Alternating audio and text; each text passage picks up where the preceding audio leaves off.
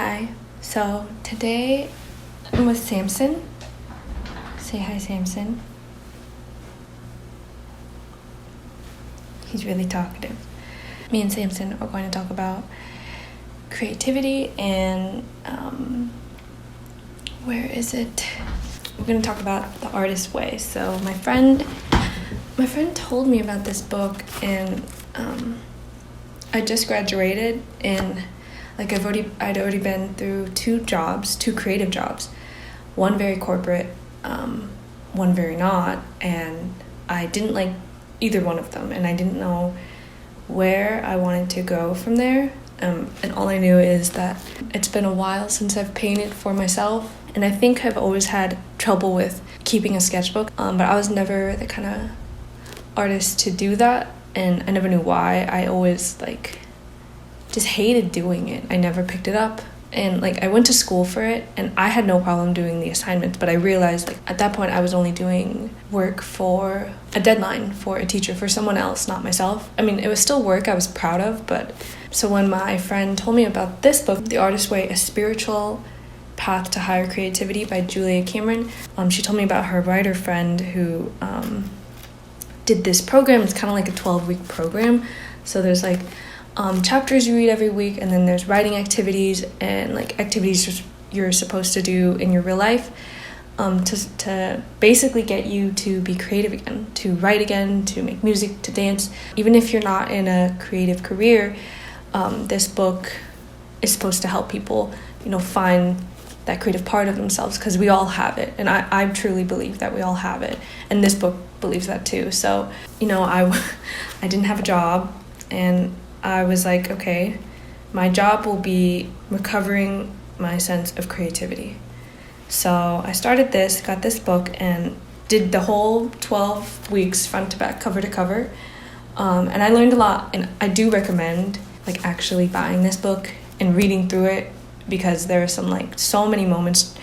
It was literally like therapy. There's so many moments where I was just wow, that makes so much sense. And I felt very called out about all the things that were stopping me from just being creative practicing. Okay, that number kind of bothers me, but because it's not a prime number. No, not prime. The 9 most important lessons I learned from The Artist's Way by Julia Cameron. As someone who has done the whole program and who has been drawing since I was in 2nd grade, I've always known I wanted to do this, be an artist. And then while I talk about, I'm going to work on this painting. It is, I don't even know what it is, but it's supposed to be for play. So I'm going to paint this while we talk. One thing I really learned is that you really have to give your inner world a voice. And what I mean by that is every day, find a time to sit down and just feel, figure out what you're feeling that day. So in The Artist's Way, Julia Cameron has you do these morning pages, and morning pages are what they sound like. She has you sit down and journal for 3 pages. You can type them, you can write them. She prefers that you write them, and I do too. Just writing is much more intimate. You have to go slower. And I've never journaled before. I always tried to, but I personally never really liked journaling. I was always frustrated that you couldn't write as fast as you thought, and I would get hand cramps, and I just didn't like it. I also didn't like the fact that when I'm journaling, it's all the emotional barf that's coming out that I don't want to read again. I don't want anyone else to read again. So I'm why am I putting it out on paper? When I'm dead and civilization just ruins, and then aliens find it and read it, I don't want them to know what I thought. To get it out on the page is what is helpful, but that never helped me, honestly. So you're supposed to write 3 pages every day, and it wasn't until I did The Artist's Way that I was okay, fine, it's part of the daily practice and what she wants us to do. And I realized as I was doing it that the morning pages weren't just about because I always hear people journal your dreams and your ambitions, and it'll manifest, and I could just think these things in my head. What Julia Cameron talks about is using the morning pages as just a way to get everything you feel out on the page. Go through everything that is crammed in your mind, that you're overthinking, that is taking up the mental space that is keeping you from sitting down and being creative. And it doesn't matter how small or petty you think it is.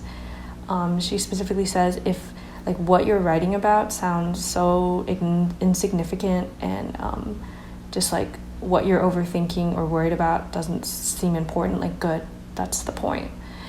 And once I realized that, I really found a lot of value in the morning pages. Like journaling actually does help, but I'm not saying you have to journal. So just making sure that you integrate into your day somehow to scan and figure out like what you are feeling that day. This could be some sort of meditation, like sitting down, closing your eyes and doing like a full body scan and feeling where you feel tenseness or emptiness. Either taking the time to figure out, okay, where is that coming from? Is there something I can do about it? If not, just allowing yourself to feel that.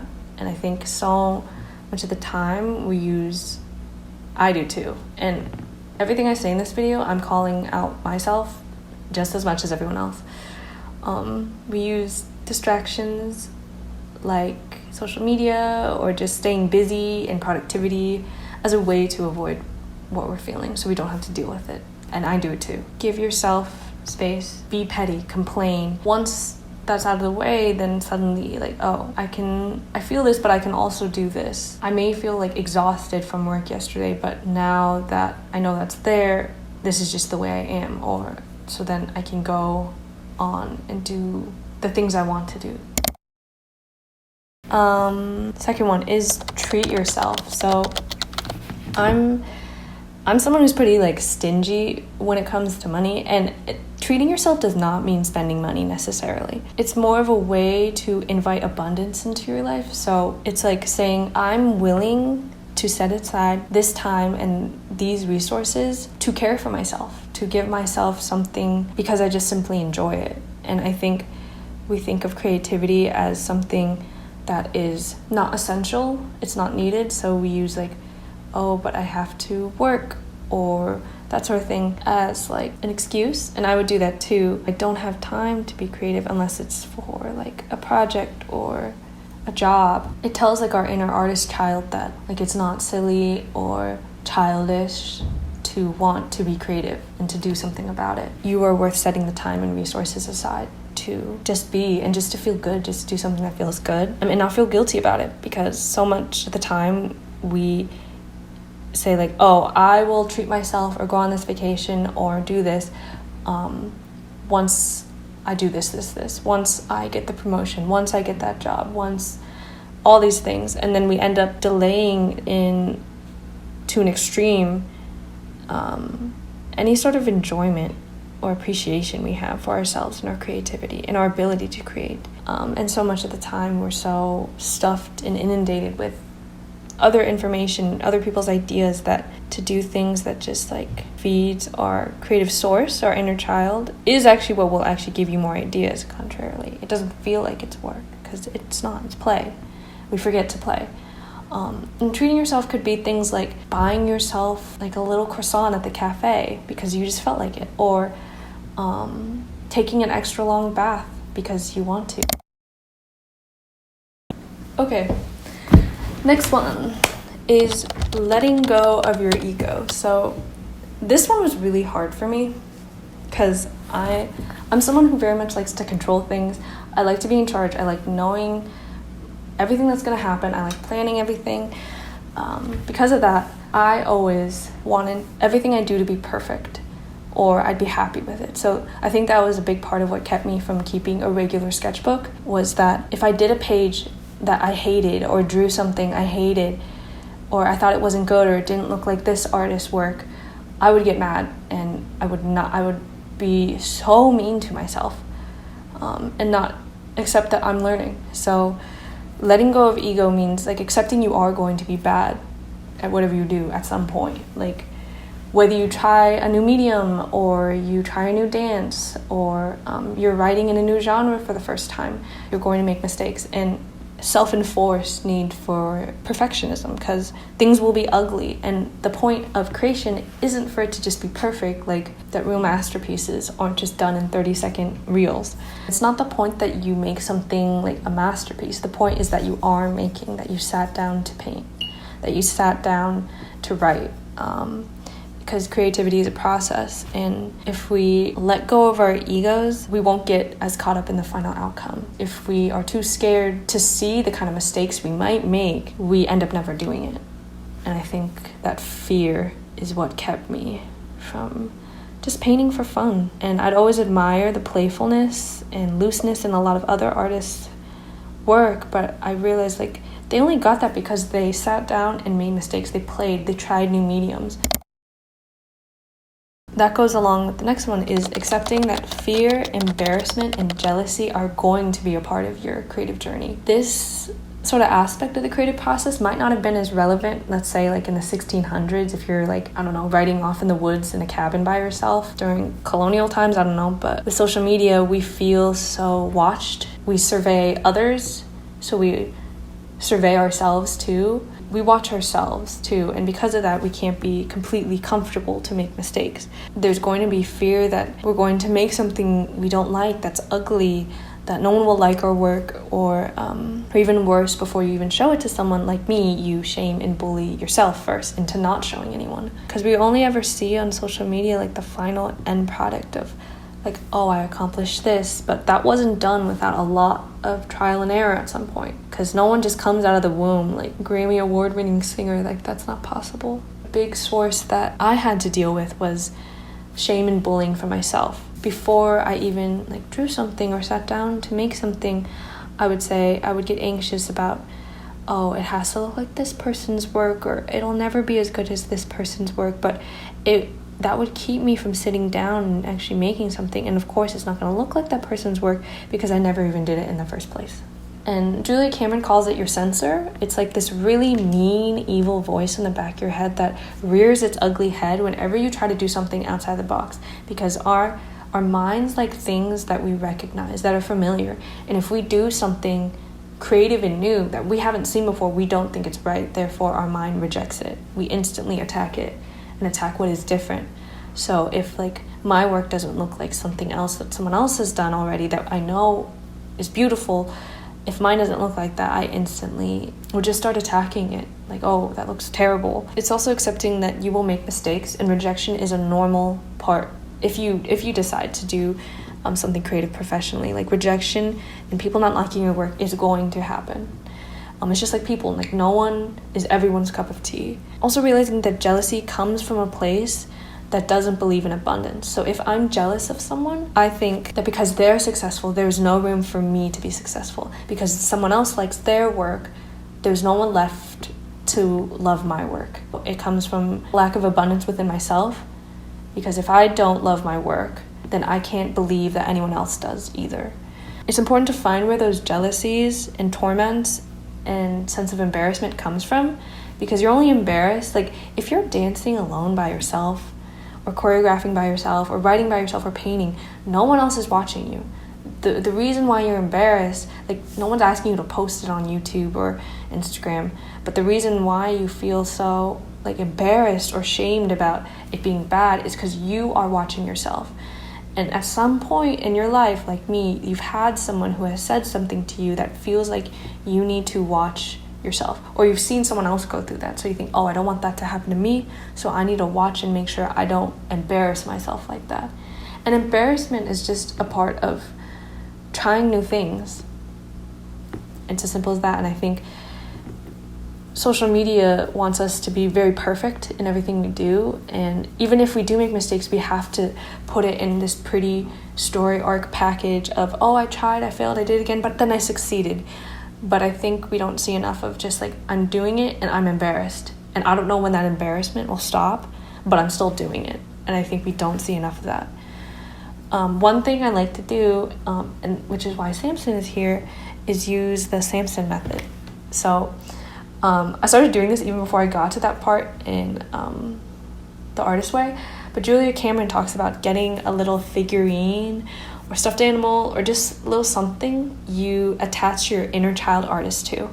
And whenever you're being mean to yourself, you look at that little thing, Samson, and you're supposed to say the mean things you were saying to yourself to this little buddy who's your representative of your inner child artist, like a Horcrux. It's hard for me to look him in the eye and like be mean to him how I've been mean to myself, and I think it's helped a lot. I call it the Samson method, so highly recommend.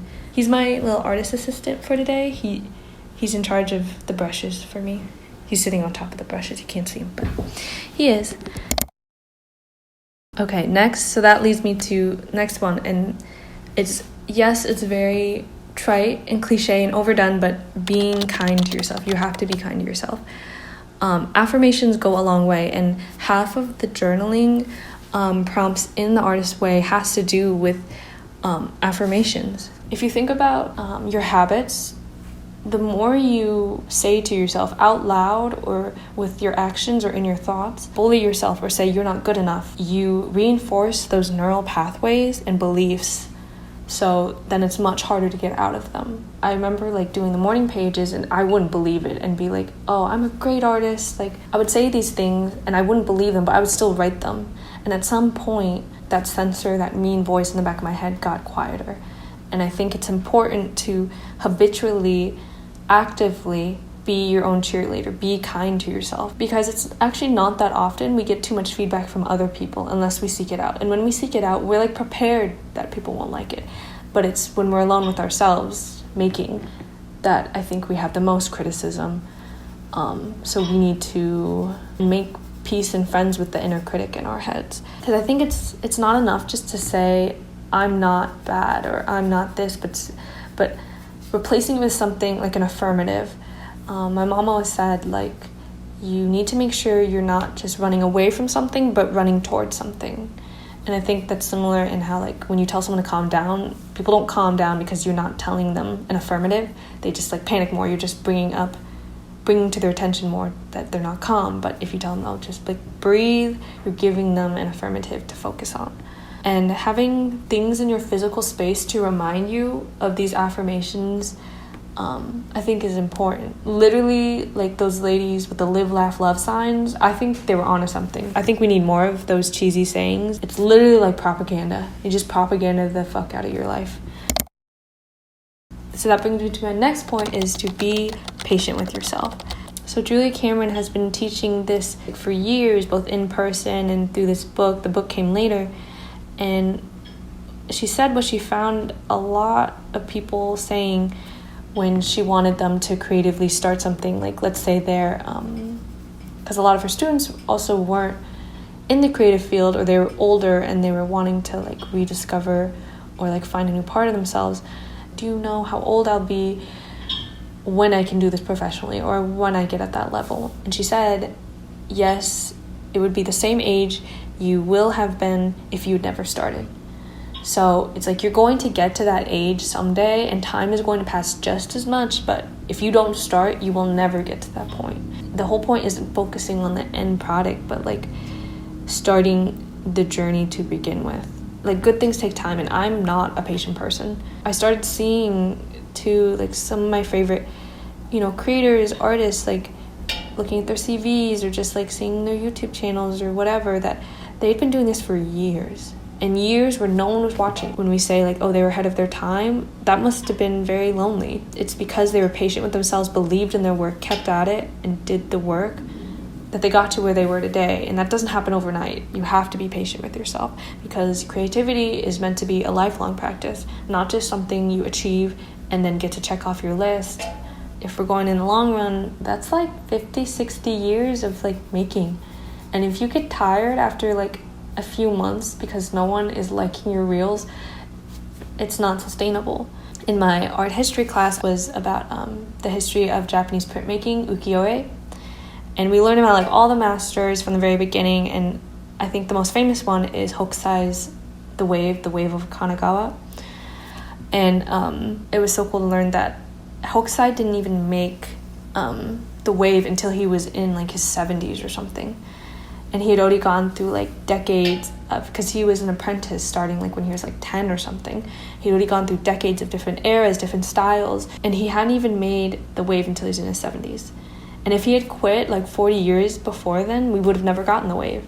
And he even died thinking that the landscapes he made during the wave era were not good enough. At least from like what we can tell, he genuinely had a lifelong creative practice that he was always striving to evolve from. And I think social media asks us to freeze our creativity into bite-sized content that is consistent. And that's just not possible. If we want to be lifelong creatives, we can't be doing the same things every day for the rest of our lives. That's just not possible. A metaphor that Julia Cameron used was thinking of the creative journey, lifelong journey, as like a circular winding path up a mountain, and how like you'll slowly climb up this mountain, and you will likely, as you go around the same side of the mountain again, you will likely see the same view. It might not feel like you're climbing any higher or changing, but then suddenly, once you've gone around enough times, you'll see like the perspective has changed. Sorry, the radiator's kind of making noises. This whole apartment makes noises, so I'm sorry for the kind of annoying noises. Even if it's like tiring and you feel like, oh, I've tried to learn this new technique so many times and it feels like nothing's changing, if you're putting in the time, you're doing something. That's it. The outcome will come when it comes. Next one is a need to believe in something, in spirit. And she talks a lot about asking you to believe in God. And she doesn't mean God in the strict like Christian, like a man in the sky sort of sense, or attached to any sort of religion, but the belief that there is a creative spirit that imbued us with creativity.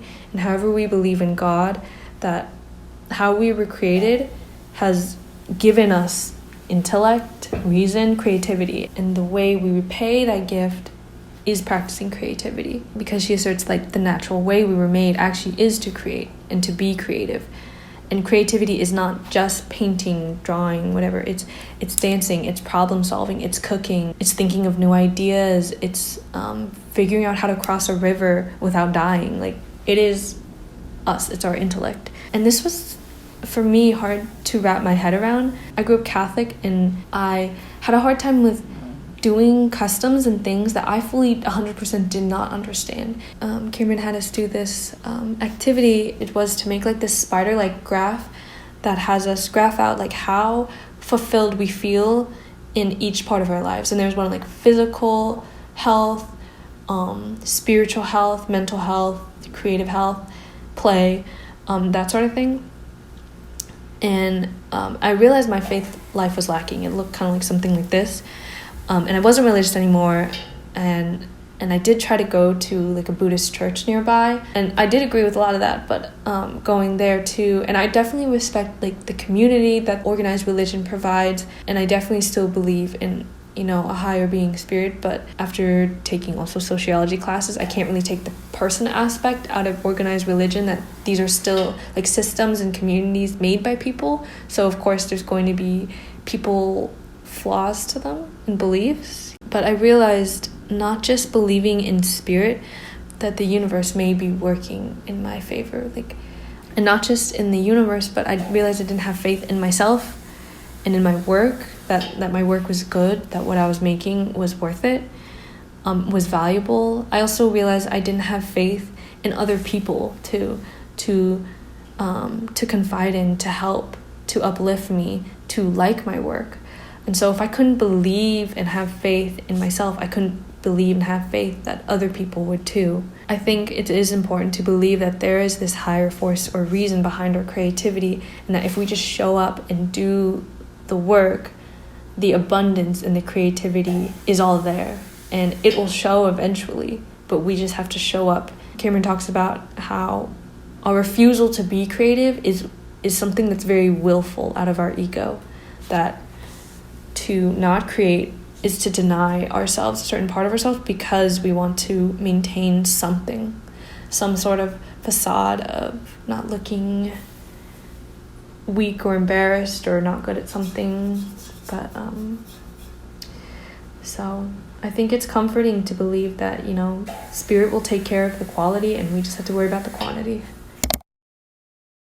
That brings me to my next point. It's about integrating creativity in our everyday life. Cameron points out, and I experienced this before, but we get our best creative ideas when we're not even trying, like on our morning commutes, or when we're showering or cooking, or just like, mundane everyday tasks that let our mind wander because we don't have to think about them.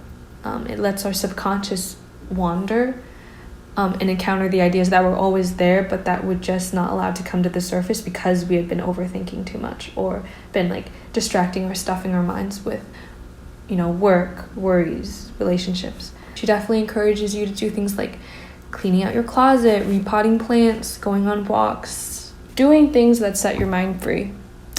It's needed, it's necessary. So take breaks, go make your lunch, go on a walk. And then the last one, this one was, I think, probably one of the hardest lessons for me to swallow and to come to terms with, is that you are not selfish. You are not selfish for wanting to be creative.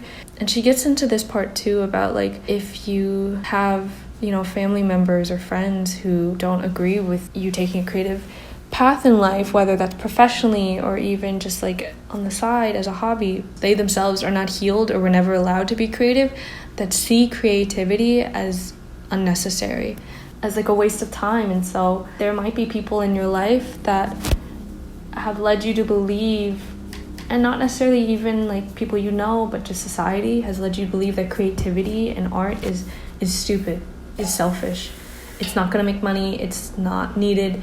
But so much of the things that we celebrate in life have to do with something creative. And I thought what I was making was not worthy to be expressed. I always thought, like, who am I to say my opinion, to talk about like this topic or this theme in my work? Like, what do I know? I'm not an expert, but I can only really speak from my experience, and that's what I was doing. And I realized I was also scared to express that, and that I thought, if I'm speaking from my experience, my opinions, that was selfish. A lot of my themes in my work that I've been talking a lot lately about include grief, home, and recovering wander. And I thought, people are going to get tired of me talking about this all the time. And my friend, though, she reminded me that Frida Kahlo spent, her whole life processing and painting about what happened to her in her accident, and, the trauma and grief it felt, and the sense of identity that she lost. And she reminded me that what I feel compelled to talk about in my work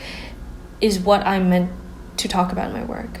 There are some people who talk about, other topics, use comedy, horror, and that's what they're drawn to. And maybe there's a reason why they're drawn to that. And maybe there's a reason I'm drawn to this, because I am meant to create talking about this stuff. This book, and I highly recommend it, really asked me to find out who my inner artist child was. It was literally like therapy. It wasn't just my inner artist and my artist as an adult, but like my inner child who originally wanted to be creative for just the simple joy of creating. And before I even knew, what that could mean to me and how it can help me move through life and understand this world and myself, that I just knew I wanted creativity to be a part of my life. And I think I had ignored her for so long because, going to school for it and trying to make a career out of it can take the joy out of it, and you forget why you did it in the first place. There's still like this inner creative child that wants to do weird things because they don't make sense. Like, kids are the most creative people.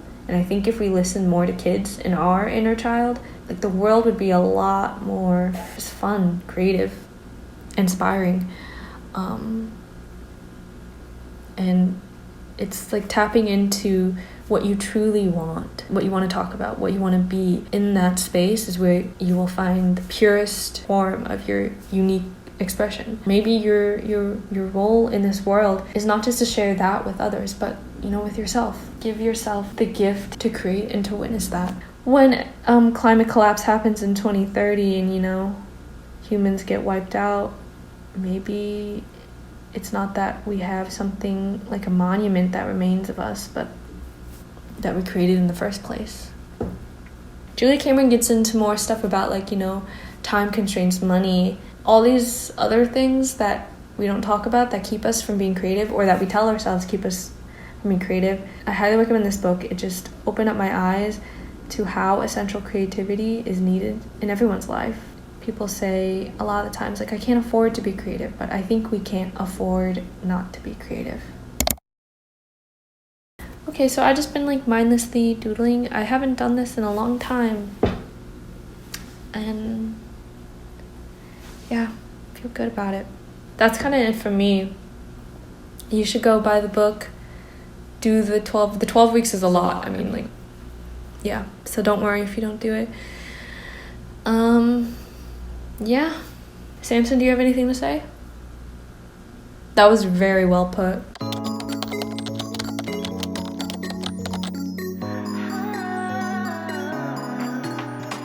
Baby,